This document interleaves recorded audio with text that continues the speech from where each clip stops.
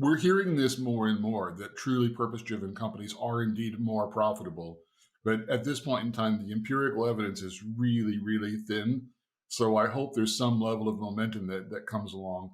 And also, what we're seeing is big organizations, big companies that have the capital to be a bit kind of fluffy and focus on purpose, as opposed to small companies that are absolutely laser focused on I've got to do this because I've got to make payroll, and they need that kind of room to breathe to be able to think about, okay, if I take my eye off what I know works in making my machine go and expand or shift to purpose driven instead of profit driven, it's going to take some time. So I hope we get there, but I think it's aspirational at this point.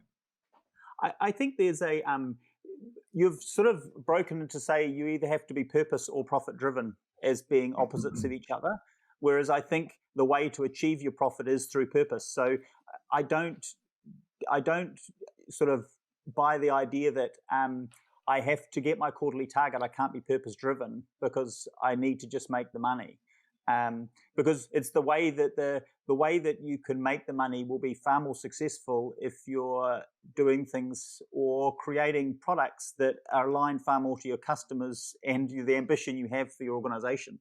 Um, I think there's a real dilemma in, would you want to buy from a company whose sole focus was getting the next quarterly target, or would you want to buy from a company who's really trying their best to work out how to manage or deliver to you something that's far more exceptional?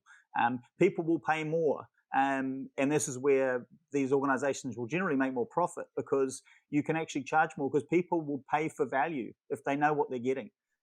The minute you're in the generic business or commodity business, you've lost, right? If you're selling, you never sell the lettuce, you sell the salad. You've got to have that understanding of how you get out of that commodity business, because just a price-driven place of nowhereness, and that's Right. what So challenges a lot of organizations.